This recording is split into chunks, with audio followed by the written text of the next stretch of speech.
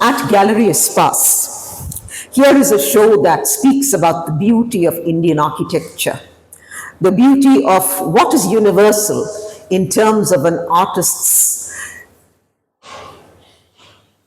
invocation, in terms of his understanding, in terms of his reflections, and the multiple references that can come into play when an artist decides that he is going to play with paper.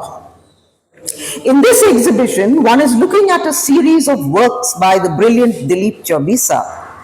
And here is a show that speaks to us about perspectives as well as perception. And when I speak of perception and perspectives, I'm standing in front of a series of works that have been done in the small format, but we are looking at a lacing of architectural nuances that actually speak of the beauty of many religious faiths in India, of how the architecture of many buildings, of urban dwelling, as well as antiquity, all have come together in order to give us facets. And in this language of multiple facets, Dilip Chaubisa creates a frame within a frame. Inside the frames, we are looking at multiple shadows. We are looking at multiple detailing, in which not only does he speak to us about man and nature, he also speaks to us about urban dwelling and the fact that something as simple as lattices can be a language. Dilip, please talk to us about how you cannot recreate the lattices and the language that you have created within the miniature windows. But please talk to us about how is it important for an artist to have all these little minute detailings in your mind? So, is observation as important as appreciation? And then does the creation happen? This is actually, since my childhood, when I decided to be an artist and before that time. So things here, when you see it, register here. And when the time came, I started making drawings, architectural drawings. So these are the designs and everything is a part of an architecture. It's like, it's not a square box. It has a personality of a family, taste of a community, taste of an individual. So like in my neighbor space, like in my hometown, I've seen many places like this. So it's all here while making spontaneously it comes out. Because I've seen those designs, plantation, trees and everything. It's all juxtaposed each other and just together in a community. So this is how I developed, one frame to another frame and then started doing it. But subconsciously, that doesn't happen. Like in my case, I cannot see things and I can, let's say I'll keep this in mind. It all happens here, things are connected. When you look at the architecture, design comes, the shapes comes, the arches and everything comes. Likewise, the house or a shape speaks about human behavior, a family's behavior. So like this slowly thing started coming into my work. But how do you decide what are the different facets you're going to include? For instance, when you look at the domes and you look at the arches, and you look at the fact that you are interlacing different shades and shadows. This cannot happen unless you have understood two things. One is the idea of space, and one is the idea of silence. Correct. Do you agree? Yes. It's there actually. If you see cityscape, just imagine there is a frame and there are many architectures in the layers, and in between so many things are happening. So in between there's one huge construction. Let's say construction. I'm not going into any direction. a dome or particular building. So that becomes very important for everyone, and that important the architecture or a structure belongs to somebody. Or if you go little further, there's something else, something else, there's something else. So there are many things are happening with different sort of color, design, or structure. Yeah. So I see them like this only, uh, and to relate them with the social behavior, Yeah. because people live with that architecture. They relate their life with that architecture or a structure. Yeah. So Yeah. this way it came into my practice while thinking this way in particular manner. And has your master's in sculpture, has it given you this idea of creating works in the third dimension? Yeah. Has it helped you to understand that there is a mirror possibility of the third dimension? Because only when you have studied it do you understand the many manifestations that happen in order to have the language of one building and moving into another. Yeah. I'll relate it this. So it seems as if you are sculpting space with paper. Yeah. Yes? Yes. And along with that sculpting space of paper, you are also looking at the different perspectives that happen within the minuteness of architectural detailing. Correct. This is what one is seeing in your work. Yeah. No? Yes. But how do you decide what is the balance that you're going to get? When I speak of balance, I want to say that I looked at your architectural works and I was instantly reminded of the great Nirgun poet Sant Kabir Das. He speaks of Anhad Nag, the unstruck word. No? And the unstruck word, it seems, is something that has a very deep resonance, but it comes with silence.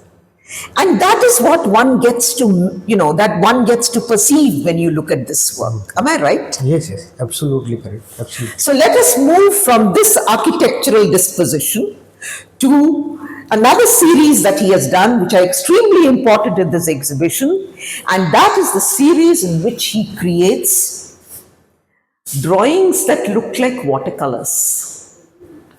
Here is a work that speaks to us about the beauty of the Purush Prakriti principle. The Purush Prakriti principle says that man and nature are interdependent.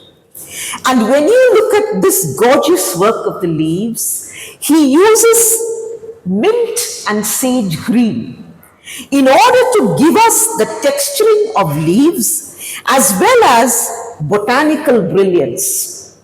We are reminded of the great Charles Darwin, and we are reminded of the fact that everything in life is born, it lives, and it must die. But when we look at this work, there is a sense of an understanding of the deeper rhythms of nature. Yes? Please talk to us about your love for plants. You cannot create this. This also reminded me of one of the first prints that Albrecht Dürer made of a 12-foot tall work. Wow. It is historic even today. Yes. In order to think of a print on which he did an etching of a drawing, and it was as large as 12 foot tall. Unless you have the passionate determination to be able to do it, you cannot do it. And in many days of looking at many shows, this is one of the finest drawings that I have seen. Thank you. Please talk to us about this. Yeah, actually, when I started working with this architectural drawings, particularly my region, Rajasthan. So, while doing and while taking photographs, I was also observing that between two space, there are a place for trees which a family owns or community owns, and they are so important, whether it is flower plant or anything. But the tree is also growing with children, no family, and they don't cut the plant. And then even they don't even harvest the flowers or seeds anything, but it is growing, and they feel it is their pride that we have a tree. We have a tree of akada. We have tree of. It's in the local community. In an urban space, we buy the plant and we keep it as a that we have this. So not having anything except the house or decorated house, as well plant in the courtyard, and that's their aesthetic, that's their asset. So I started thinking of that these local plants, local trees are as much as important as the architecture and the life, and they are medicinal as well. So in normal life, they use this leaves of castor plant, akada, champa. That way it is very much related to local life. So this is how I started thinking when I made this. And I had this plant in my grandfather's place and my place in my hometown. We have two plants like this. So I took the reference directly from there. Shall we move to the monochromatic work? Yeah. Here we are looking at a plant that has been created in tones of monochromatic splendor. And when we look at this work, we are looking at the fact that he has a very fine idea of using material. In his case, he uses material to create texture. He does not use material only to give us contours. And he creates an effect which is minimal. It is soft. It is almost like velvet when you look at the texture that he creates of the leaves. And when we study it, we realize that his observation of the veins of the leaves is so fine, and his understanding of bringing in the grains. Please talk to us about texture. Please also talk to us about the tools that you use. Yes, surely, very surely. This is actually dry pastel. I don't use watercolor or any other material because I was not introduced to the colors. Like while studying, as I'm sculptor, trained sculptor, so material is there, stone and wood and other material, but I was not practiced. I was not trained, in that manner. So whichever medium coming to me, I use that. So this is dry pastel. I mix with the water and I make a layer, one layer, two layer, three layer. That case, what happens? The fibers of the paper, Yes. it comes out, Yeah. and then it becomes a little rough. It's like a velvety, as you said, use the word. So and then slowly I make the drawing, and then slowly I develop little bit of memory and a little bit of photographic reference to, like, to give a dimension. Yeah. Like you can see a small shadow is falling on the other leaf here. Yes, see, it looks like a succulent. So yes, exactly.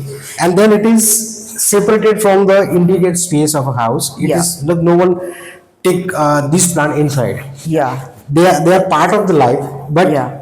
in a distance. yes. So I've made a little wall here, and it is outside. So they take flowers and go to the temple and then use it, but they don't keep it in the house. So, in many ways, very unconsciously, you have brought alive the works of the Renaissance masters. Because there used to be a school of Renaissance masters who were equipped only to do plant studies. Yes. And when I saw your works, I was reminded of the plant studies. Yes. In terms of the oldest tools, that is the pastel and a pencil. Pencil, yeah. I used both pastel and pen. Yeah, correct. No? Yes. So the simplest of materials can get you a creation which, when we look at it today, this is avant-garde.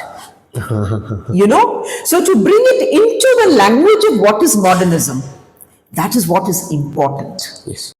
Dilip's Champa is another monochromatic work. Here is a work that speaks to us about many stories. It speaks to us about the poets, it speaks to us about the playwrights, and it speaks to us about so many films. When I look at the Champa, I think of the great Gurudutt, and I think of his film Pyasa, and I think of the great lyricists like Sahib Ludhianvi and Kefi Azmi. And the moment I looked at this work, Champa, I was reminded of the great Tayyib Mehta, who said that the most beautiful thing about the black and white age of Bollywood was the fact that you could remember the poetry that was composed. And when I look at this work, I think of the poetry that is composed for a film like Kagas Ke Phool, in which you have this song called Waqt Ne Kiya, Kya Hasi Sitam, Tum Rahe Na Tum, Hum Rahe Na Hum. I'm thinking of Tayyib Mehta because he used to tell me that the most beautiful thing about creating a work of art is that when people look at it, they must have a feeling of listening to poetry. And this Champa portrait, it gives me the feeling of the poetics. It also brings alive the great Hermann Hesse, the author of Siddhartha. Hermann Hesse says, trees are sanctuaries. The Champa in this portrait reminds us of those beautiful words. Dilip, I want you to talk to me about the fact that a plant which is as humble as the Champa, so common, Yes. it can become a magnificent work of art. Yes? Yes. What is it that makes it so special to you? It's like so many memories, so many stories, like from my father, my grandfather. I'll tell you the first story. My father used to say, when I used to ask, this plant is so beautiful, can't we have it like this? My father used to say, only royal people can plant this tree. We cannot keep them in our house. There were many reasons, because they have been trained that way. They still they think like this, that certain thing we cannot keep like this.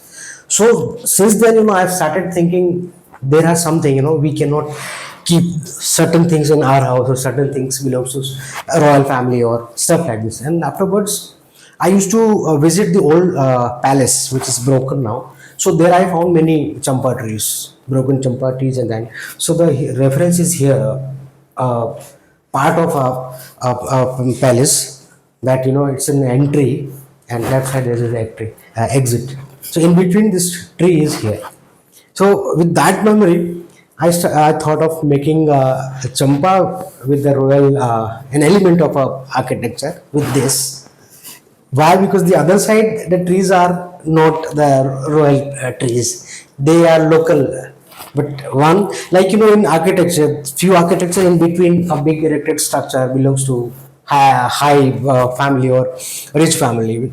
At the same time, the other, those are important. Both things are important, but they create a hierarchy. They create certain levels of looking at. So this is one story belongs to this champa, and I thought of making it. It's so beautifully. I could make it. Well, the most beautiful thing about it are the grains. And it tells us that in this great poem by Lord Tennyson, he says, for men may come and men may go, but I go on forever. That is nature. Thank you. Thank you. In one of the most beautiful works in this show, here is a work that speaks to us like a mosaic. Here is a work that actually speaks to us about the fact that you can create multiple little works and you can put it together to create a work that looks like a mural. In the case of Dilip, he understands the fact that after you play with paper, you can create a work that has many dimensions in which he plays with the art of juxtaposition.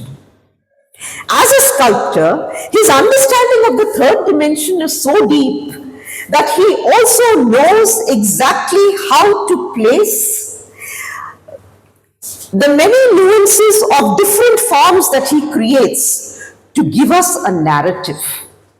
This narrative could belong to his hometown, Rajasthan, It could also belong to other places in our country in which you find different categories of architectural nuances that have been used. The beauty of the architectural facets that belong to India is that it goes back to antiquity. And when it is brought into this millennium, there is a compositional corollary that speaks to us about the blending in. Yes? Please tell us about this work. I'll start with a little story. Yeah. I'll go a little back. Yeah. Before coming to Baroda school, I used to work with miniature artists in Udaipur as a commercial to earn my bread and butter. For 2 years I did, and then I'll relate it later. So this was a little history, and then so actually I was working with the paper to make a relief kind of, and I chose paper because paper is such a material you can dominate. When an artist is unable to dominate a material, then it is impossible for him to create the artwork. So this is how I've chosen paper. Paper is a soft material, you can give any shape. But then after a time, I was also thinking that it has a limitation. I want to do something like, if you want to, I want to create certain textures, certain thing which will look like exact stone or a grill or like that. But in that it was not happening. So in 2012, since 2012, I was actually working for experimenting with the other material. I wanted some material which I can dominate as well, and would be a little bit kind of a sculpture, which will give a kind of a relief. So then this cement and epoxy resin and other pigment, I started mixing them and experimenting, like with the paper and other material. And finally, I found this. In my studio only, I make the sheet of that cement pigment, and then I cut them like a paper, and then I use it. I mix the oxide color in it, and then I'll draw whatever I'm going to make, and then I'll cut them, and then I'll paste them on the surface, and then I'll paint. So this is the process of making it. And as I said, the miniature thing. So the color and little design, somewhere in my mind. So it comes unconsciously here on this in this sort of frames and work. And these are all small houses of that. So all these juxtapositions, the trees and the little facets, they're all in paper? This is not paper. Huh. Those are the paper, but these are cement sheet. This is a cement sheet. these So are- on a cement sheet you have juxtaposed? Yes, I've cut, this I've cut and then fixed it. I've cut this and fixed it. This I've cut. So each piece is individual. It is not drawing on a plain surface. They are cutouts of the hard material, and then I place them as I wanted. This is like an accident while making the sheet. Something error came across, and I realized that this is exact kind of a stone texture. So the accidental. Had to be. So many things because of accident came, and then I realized these are the very important part, because while working, if you don't allow errors, Yes. experiments, you won't be able to develop in terms of material, in terms of your sewings. Yes, and you want to move forward. Yes.